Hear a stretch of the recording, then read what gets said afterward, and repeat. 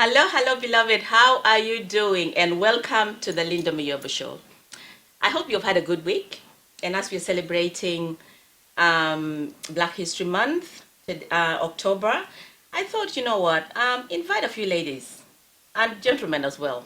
They will come later on to talk about issues that are actually affecting us.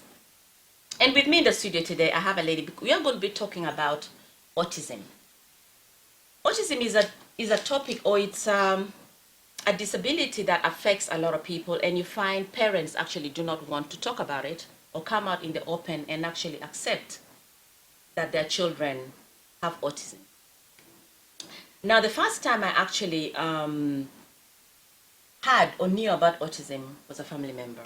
But before I even go any further, I want to actually introduce my guest first, because I invite people who are qualified, who are knowledgeable, and when they give you information about whatever topic we are talking about, trust me, the information is correct.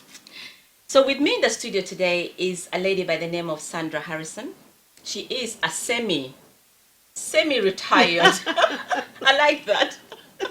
And we are going to talk Always about willing to go that. back. She is a semi-retired head teacher for over 28 years. She is a behavior consultant, inspirational coach, and mentor. Now, Sonia is very passionate about teaching and helping parents with children with autism. She's been in special schools where autism, social, emotional, and mental health has been a big problem. And she is actually heading projects to help parents with that kind of support. She has a strong belief that all pupils can achieve if the right resources are in place, and that is something we're going to talk about. Sometimes we might not have the right resources in place. Alongside that, there must be a strong investment as well in the teachers.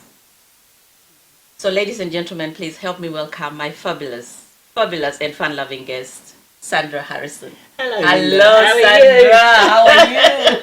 I'm fine, thank you. Oh, it's a pleasure having you here. Thank you for having It's me. a pleasure. Because when we talk about autism, it throws back almost 19 years ago. My auntie's son, and I didn't even know that I had autism. 4 years old. Actually, I think it was about 3 years old. He was just banging his head on the wall. But he's turned out such a beautiful They have such a caring good husband. spirit. They do. Yeah. They do. They do. So now, who is Sandra Harrison? Sandra Harrison is a very strong, determined, hardworking, ambitious woman. I have a lot of beliefs. I believe I wanted to be a head teacher, became a head teacher, and now I've come out of the profession, semi-retired.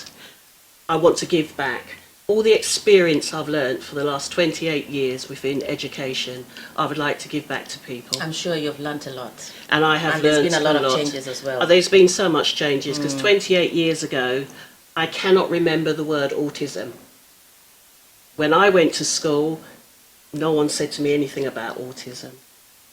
So we've come a long way. So we've come a long way. And in the schools that I've worked in, most of the autistic pupils coming through were post-16, year 11s. Now we've got it from Key Stage 2. So they pick it up a little earlier. And we're getting more of the special schools, not only special schools, mainstream schools. You're now getting them diagnosed and they're saying they're autistic from primary. Now, for maybe some people who are watching right now might not know, what is autism? So autism is seen as it's a lifetime disability where pupils, adults, they have a problem with communication and social interaction. And that's basically what it is. And autism is on a spectrum. It's a condition that's on a spectrum. Okay. So I've worked with high achieving autistic pupils, and I've also worked with low achieving or low autism, where they may be non-verbal, they can't communicate. And then you get the very high achieving who are doing A-levels, but they're still their social skills. They wouldn't They know lack in how that to. area. Yeah. So with regards to people who lack social skills, would they stay away from anything?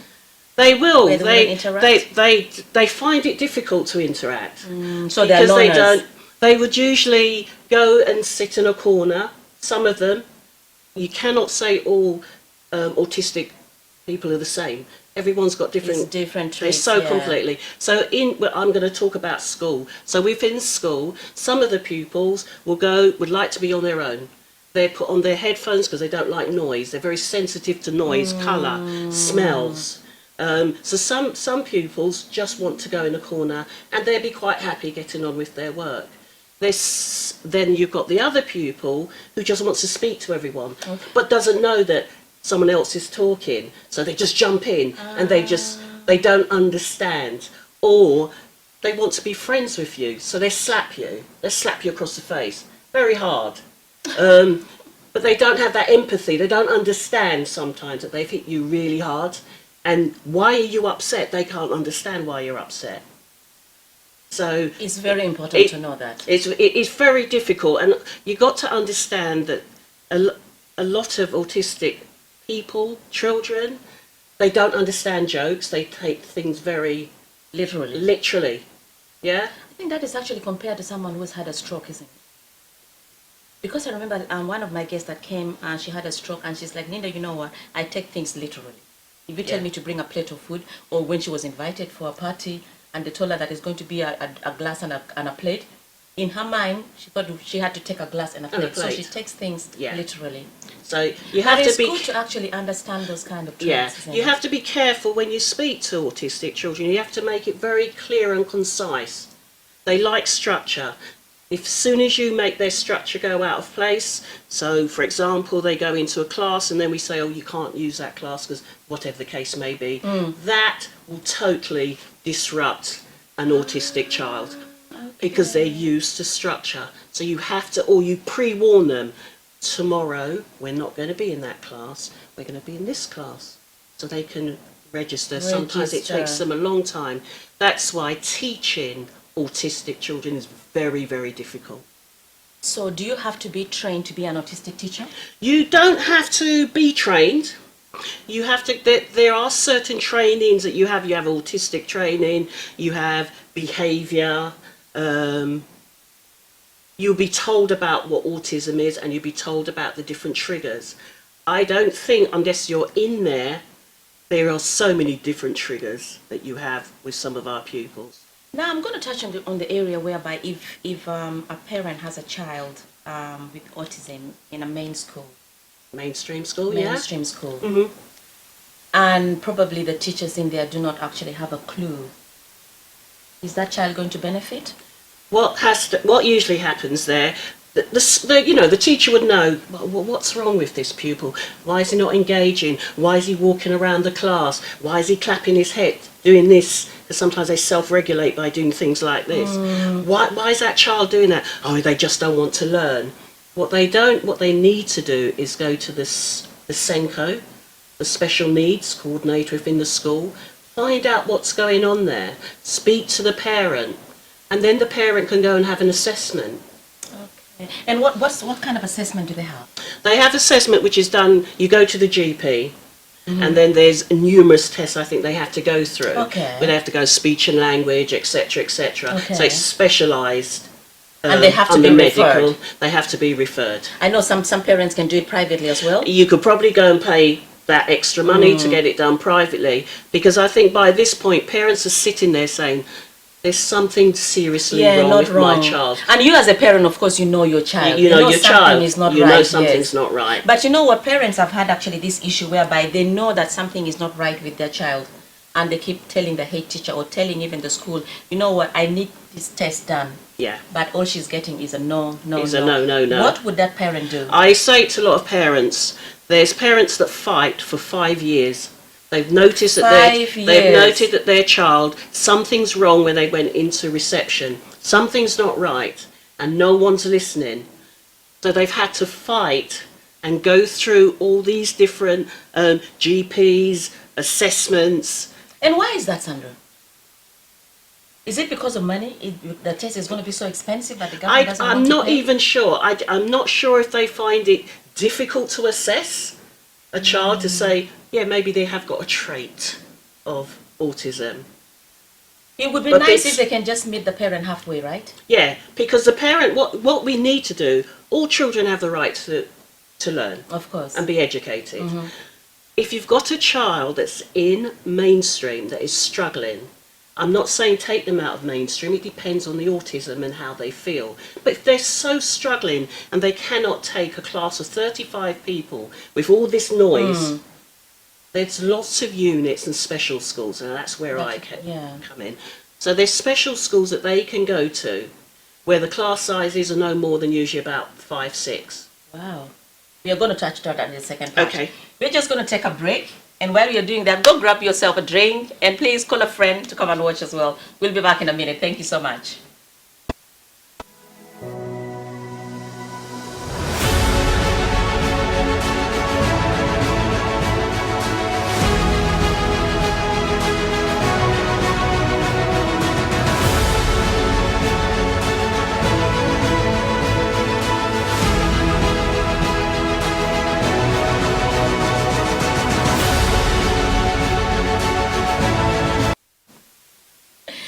Welcome back. And you know what? Today we are touching on a topic that we need to talk about because it's just recently that actually, probably 10 years now?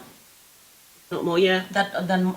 More than 10 years. Yes, yeah. That actually autism has become a mainstream diagnosis of children and even adults. Yeah, it probably was there, but it's more and more now. Yeah. It's out there. People are not so afraid to say. Talk about it. Where we do have still parents who probably in denial for And their what own would you reason. say to parents who are in denial? It's very difficult. It's very difficult because if they've had the diagnosis and it's come up on their their report, Assessment their report. EHCP, which is Education, Health and Care Plan, that they have got autism, then your child has got autism.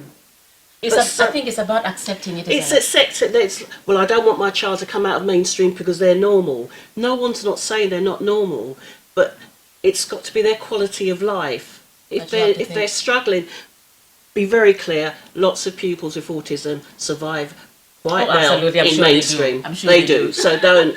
But there are some that do not. Yes. So you just to get the parent around that. If there is a lot of talking, there is a lot of support that they need, whether it's from the school or from the National Autistic Society, whatever the case may be, they need to have a network. And would you say, because now it's a lot on the mainstream right now, are there a lot of support for parents? I'm not sure if there's enough. But at least there's some kind of support. There is support. We brought, the school I was in, I had a parent group. Okay. And I brought that together, not so much that they need to always know what's going on in school. It's about meeting other people, And other talk parents. about and share your They experiences. think that they're the only ones that's going through it alone. They're not, my son, there's nothing in my house. I've had to take everything down because my son's pulled everything down. There's holes all over the house. And then they find out from another parent, yeah, I'm going through the same. my son was exactly the same. And how many times a week do the parents meet? Once a week? Twice a week? They were meeting up once every 3-4 weeks. Okay. And would you say that is sufficient for That the was parents? sufficient because what they did is they take one another's phone numbers. Okay. So they and can call each other at least. So they're contacting one another. If someone's going through a crisis, they would ring one another as And well. would they also get support from the autism organization? National Autistic, Yeah. all of those places. If they go online and they Google in autism help, they would find there is so many people out there that can help them. How would someone get in touch with you if at all you're offering any support? They can contact me via my website. They can contact me. I'm also on Twitter.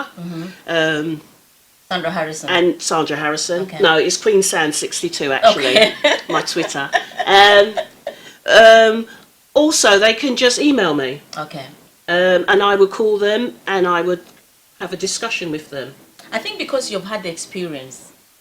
That's what they 28 want. years, you need to talk to somebody who actually has the knowledge and the experience. That's right. And We will put all the social media links for Sandra on there so you're able actually to get in touch with Sandra because it's very important as a parent. with a child with autism, please don't feel like you're suffering alone. There is help out there. Definitely. Definitely. And I think, like you said, sometimes when parents are in denial, think about the child's well-being. That's first and foremost. Yeah, think about the child's well-being. I know people feel, no, my child can never have this, and they feel embarrassed, or, it will go away. It's a lifetime condition. It will not go away. And it's not curable. It's not curable. But it's manageable. It is definitely. Yeah. It's definitely. So we've got to help them to be able to deal with everyday life. A parent actually texted me some question because I reached out to a few parents for them to come on the show so they can actually share their experience, but a lot of them didn't want to. Yeah. And I can understand. Yeah. I can understand probably because of routine, or maybe like say fear of coming out in the open and saying, oh yeah, I have this kind of problem, which is understandable.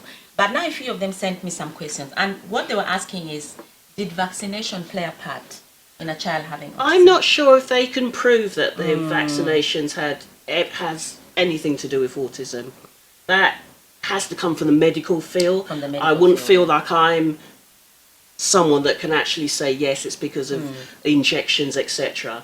The vast amount of pupils that I deal with, I'm sure not all of them had the vaccination. To be fair. And it's not hereditary, is it? Some parents are autistic and their child then is autistic. Ah, okay. Yeah. So they could be a hereditary as well. And I think when they do the assessments, they do ask about your parents, etc. But you know what, the thing is, as a parent, please understand it is manageable. It is. It is. It really is. Some parents, so I've worked, as I say, with low achieving, high achieving, low functioning is what you should say, low functioning, high functioning. And the low functioning are those pupils that a lot of parents can't deal with. So they go into the actual residential schools. So I was part of a residential school. For the low functioning children. For these low functioning, the parents just couldn't do it. It was just too much for them. And what are some of the symptoms? Well, some of the symptoms are destroying a room, basically, taking everything down, being very violent. Physically and physically, definitely. A lot of them are non-verbal as well. So their frustration is they will destroy, bang their heads, spit, kick. But they come in and they're like that. I had to take one pupil who was arrested. He was autistic. He was arrested and put into a secure unit. Oh no! I went to the secure unit. I met him, and he was very bad about Michael. Old? He was 14. Okay. Very much about Michael Jackson. He could tell you everything about Michael Jackson. And I said he shouldn't be in a secure unit. We're taking him into our school.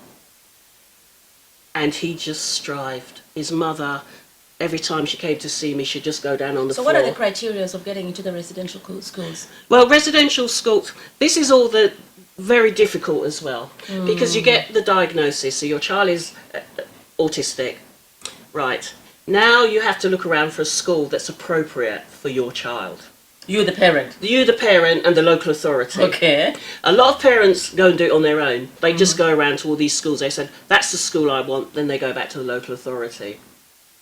The local authority would then take their time in seeing which one's appropriate, which one they could afford, and then say, yes, we would put your child into this school. It's definitely not as easy as that. So when they're in a residential school, I'm just trying to understand here, because this is just so emotional. Seriously, it's just so emotional. So if they're in a residential school, it's like a boarding school, right? Yeah. So and it's more secured. Yeah, definitely. It has to be secure.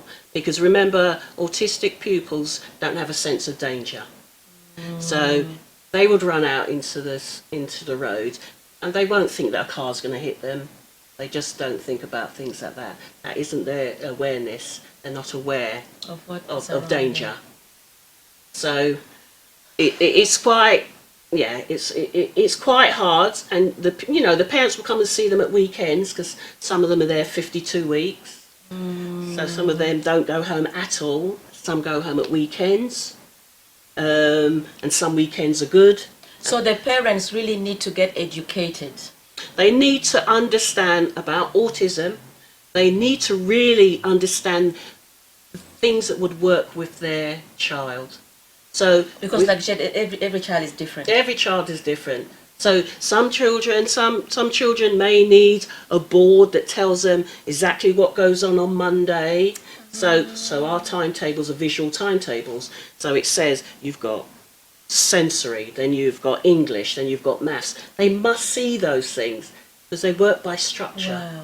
So then we tell the parents, and the parents go home. They do it at home as They well. do that, yeah. So it's But all of I those suppose it's going to strategies. be a little bit difficult, isn't it, if you've got other children as well? Well, and it now all always the is. attention is on that child. That's right.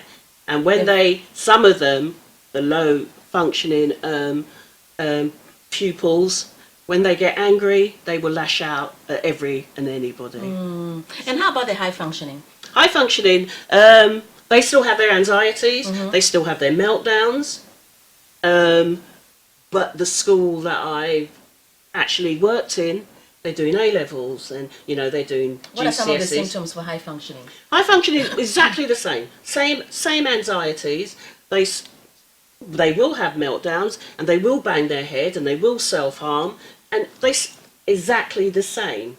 They're probably not, the behaviour is not as extreme. As the low functioning. As a low functioning. Because remember, they're trying to communicate with you, but some of them don't have the words because they're non-verbal. Would they write it down? They would use, we would have little pecks, we would Okay. have things that they can try to, but that's where the frustration comes, and that's where the anger comes, and that's where the violence. So would you say, because I'm just trying to think outside of the box right now, so if I had a child and it was in a mainstream school, would it help for the school to educate the children in his class About my autism? child? Yeah. Well, this is what I've done in one of my schools. Yeah. So the school was autistic with social, emotional and mental health pupils, and they're all together in one class.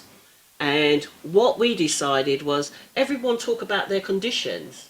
So one of them said, I'm autistic, and he got up and he explained about his autism, how it affects him, and everyone was like, wow. Once they know what the condition is and some of the things to look out for, I think they'll the become more pupils, supportive as well, they were isn't it? they were like, oh yeah, it's his autism, that's why he's doing this. It's because, they're talking over all the Yes. time. Okay, just because you're autistic. And also, when these pupils go out in the street and they see an autistic child self-regulating, so some of them are shouting, they're screaming. It's not that they're bad behaved or No, anything. it's not. It's They not. then know straight away that child's autistic. But not everyone. I've seen in the buses where people go, "Why doesn't that woman control her child?" Yeah. No, the child's autistic. There is nothing that poor parent can do. Hence the reason a lot of them become quite closed in. Yeah, They don't want to go out. introverts, yeah. And I would urge them, your child, you're blessed to have that child. You know what, Sandra? I can see you're truly really just- passionate about what I am you do. very- You are so passionate. Come the new year, you're going to come back again, and we're going to try and get a parent to come back. Definitely. Yeah, we'll try and get a parent to come Yeah, back. yeah. Because I just love talking to you. I'm just sitting here and absorbing everything, and I'm like, oh God, I'm feeling for the parents. I am feeling for the parents. And England recognises autism. And I'm from the Caribbean, so my parents are from Barbados. And I haven't seen anything about autism in the Caribbean, They which don't even have worries it in me. Africa, Yeah, right. So why is this? Is it they're denying it? It's a They denial, are I think. autistic. And also maybe lack of knowledge. Right. Well, I want these people to reach out to me. Look at that camera, please, and just speak to a parent, the middle camera underneath there, and just speak to a parent, please. Right. If you have a child that you've been diagnosed or you think is autistic, get the diagnosis, look at the school setting that they're in. If that is not the right setting, you fight with the local authority to get the right school that's appropriate for you. Definitely ensure that you have a network. Contact an organisation that's able to help you. There's so many people out there. Myself, you can contact me as well. But please don't give up hope. You have a blessed child. And with that child, give them the resources to make their life as happy as they deserve. Thank you so much. You know what? You are such a blessing. You are such a blessing. No, seriously. Parents, please. I beg you. In fact, I'm teary. Don't suffer in silence. I do not know what it's like to have a child with autism. I do not know what it's like. But just speaking to Sandra today, she's actually empowered us with a lot of information and signs to look out for. So if you're out there and you have a child who is behaving in this kind of symptoms that Sandra's mentioned, seek help.